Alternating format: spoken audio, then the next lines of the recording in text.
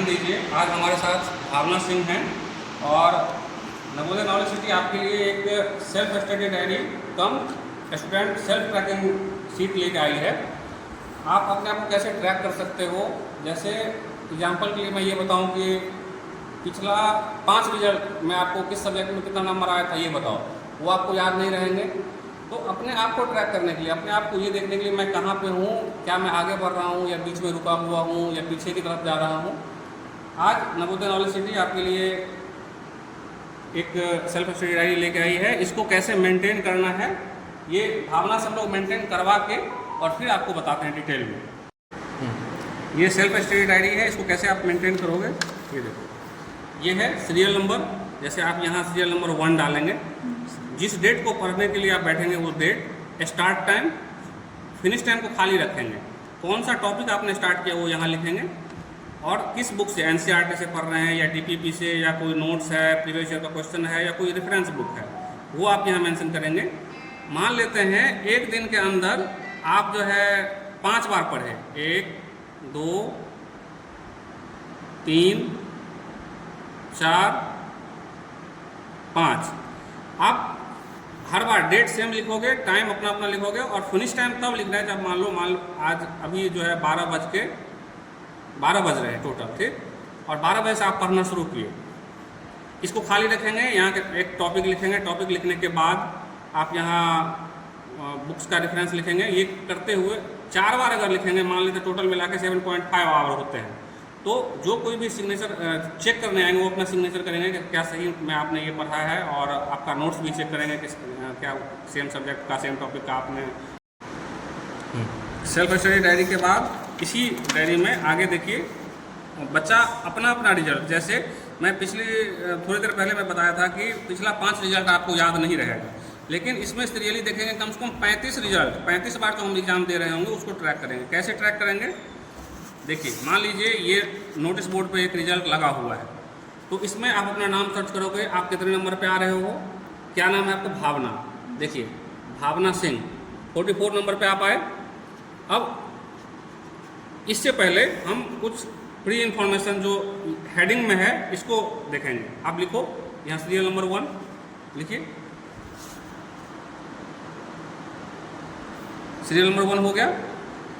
उसके बाद क्या है, टेस्ट डेट। टेस्ट डेट क्या है यहाँ पे देखिए लिखा हुआ है, टेस्ट डेट 14 जून 2025, ठीक।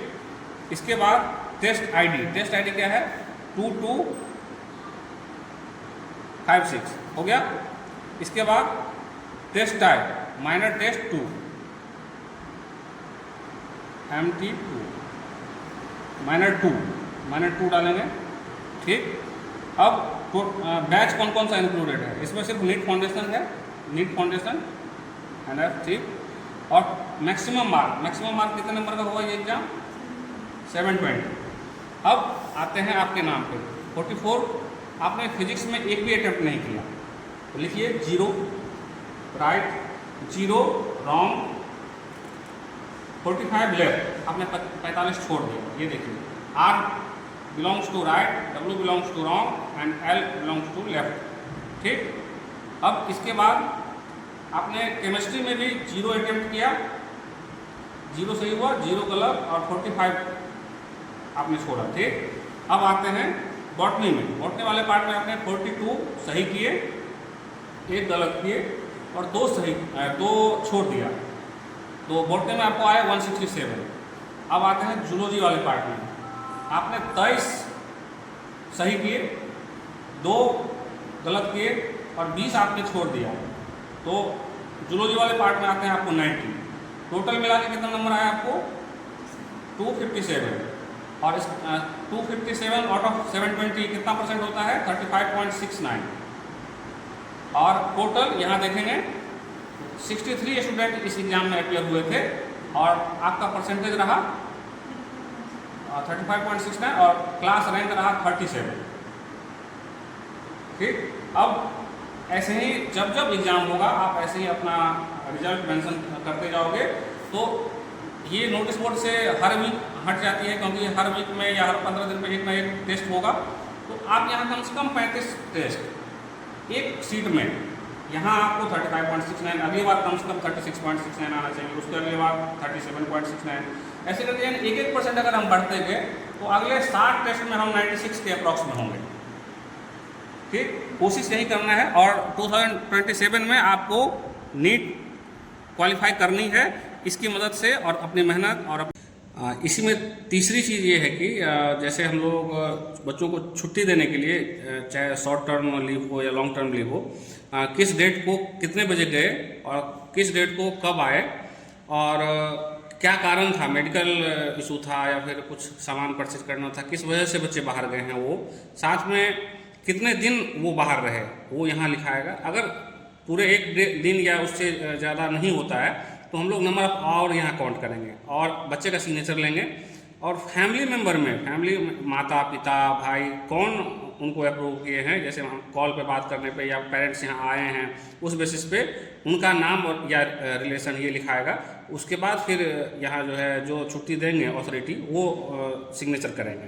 तो ये कंप्लीट बच्चों को जो है हम लोग देना चाह रहे हैं कि आप अपने आप को ट्रैक करो आप बाहर कितने दिन थे। इसके अलावा एक चीज़ और है, आप ये सोच रहे होंगे कि ये बच्चे मेंटेन कैसे करेंगे ये सेल्फ स्टडी डायरी खास करके, क्योंकि हमेशा बच्चे भूल जाते हैं, कहते सर नहीं हो पाता। और इसी वजह से डायरी पहले हम लोगों का ये एक्सपेरिमेंट रहा कि बच्चे खो देते हैं बार बार। इस बार खोएगा नहीं। क्यों नहीं खोएगा? क्योंकि उनके साथ ये बाहर जाने का उनका छुट्टी का रास्ता जुड़ा हुआ है और जब जब वो बाहर जाएंगे तब तक खोजा जाएगा कि आप अपना डायरी लेके आइए, उनका सारा एक्टिविटी यहाँ नोट होगा, उसी बेसिस पे छुट्टी भी दी जाएगी, उनका मार्क्स भी देखा जाएगा उसी बेसिस पे।